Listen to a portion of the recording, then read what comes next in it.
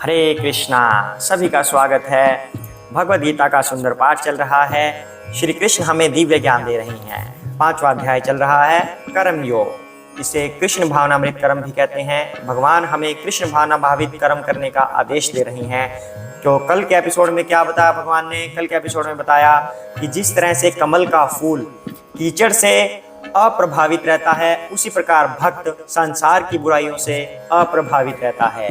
और फिर भगवान ने बताया कि जो भक्त होता है, जो योगी जन होते हैं, वे अपनी इंद्रियों की तृप्ति की बजाय अपने मन, बुद्धि और सभी इंद्रियों के शुद्धिकरण में लगे रहते हैं। हरे कृष्णा। अब आगे बढ़ते हैं।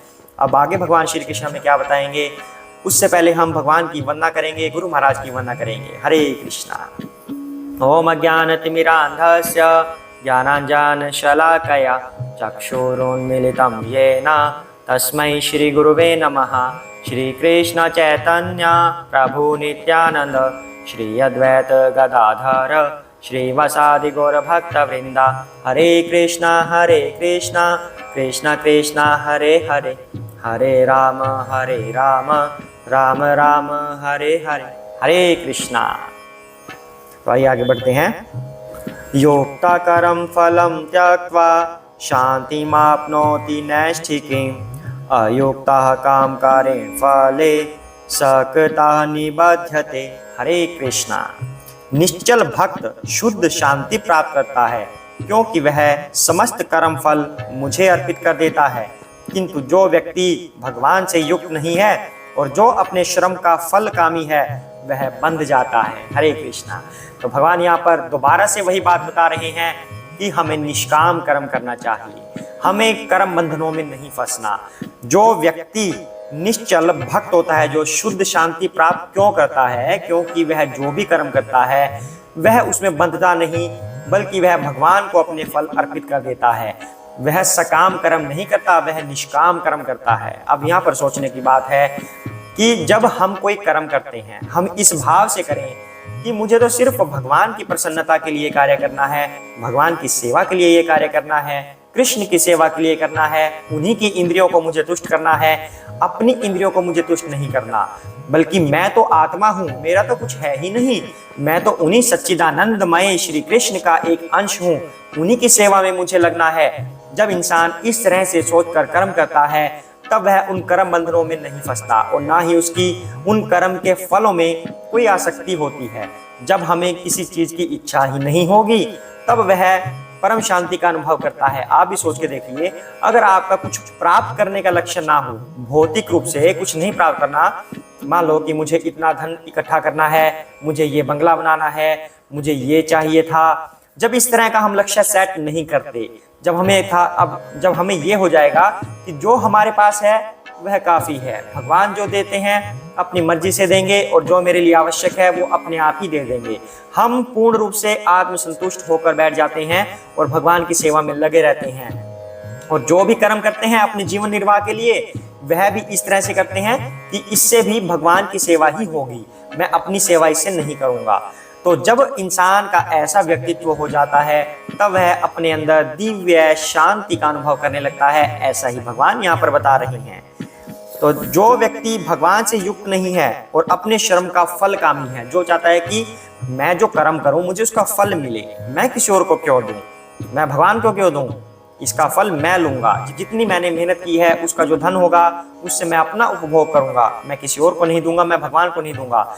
जब इस तरह से सोचता है, तब वह कर्म बंधन में फंस जाता है, क्योंकि जो उसने कर्म किया उससे जो उसको धन लक्ष्मी हुई, उसका वह गलत प्रयोग भी कर सकता है। जब गलत प्रयोग करेगा तो वह पाप पुण्य के चक्कर में फिर से फंस जाएगा। इसलिए हमें अपने हर कर्म को भगवान को समर्पित कर देना चाहिए कि मैं जो कर्म करूंगा भगवान की सेवा के लिए करूंगा, तब उससे कभी भी गलत कर्म होंगे ही नहीं और वह कर्म बंधनों में फंसेगा नहीं। इस तरह से भगवान कह रहे हैं कि शुद्ध शांति अगर प्राप्त करनी है तो अपने सभी कर्म फलों को भगवान को समर्पित कर दो। हरे कृष्णा। आगे बढ़ते हैं। सर्व कर्माणि मनसा संन्यसास्ते सुखम वशी न द्वारे पूरे देहि न एव कुर्वन्न कारयन्। हरे कृष्णा। जब देहधारी जीव आत्मा अपनी प्रकृति को वश में कर लेता है और मन से समस्त कर्मों का परित्याग कर देता है, तब वह 9 द्वारों वाले नगर में अर्थात भौतिक शरीर में बिना कुछ किए कराए सुखपूर्वक रहता है। हरे कृष्णा। भगवान अब यहाँ पर कह रहे हैं कि जब देहधारी आत्मा अपनी प्रकृति को वश में कर लेता है और अपने मन से कर्मों का परित्याग कर देता है, तो क्या मतलब बना?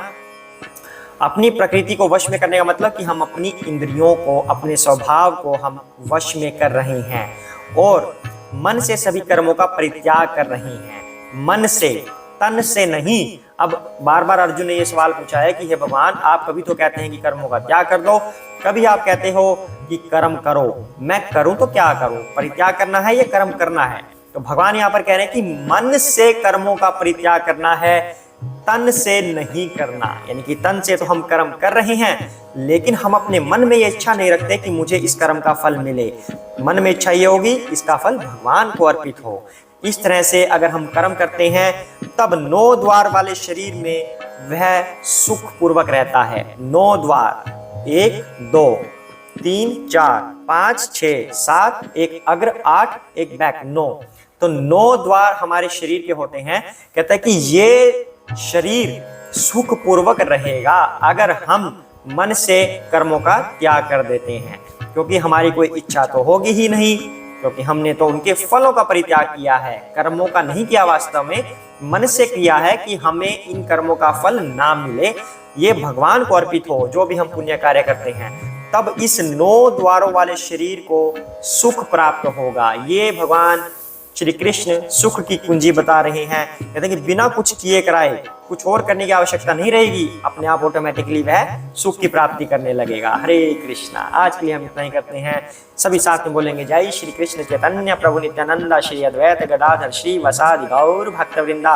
हरे कृष्ण कृष्ण कृष्ण हरे हरे, हरे राम राम राम हरे हरे, हरे कृष्णा।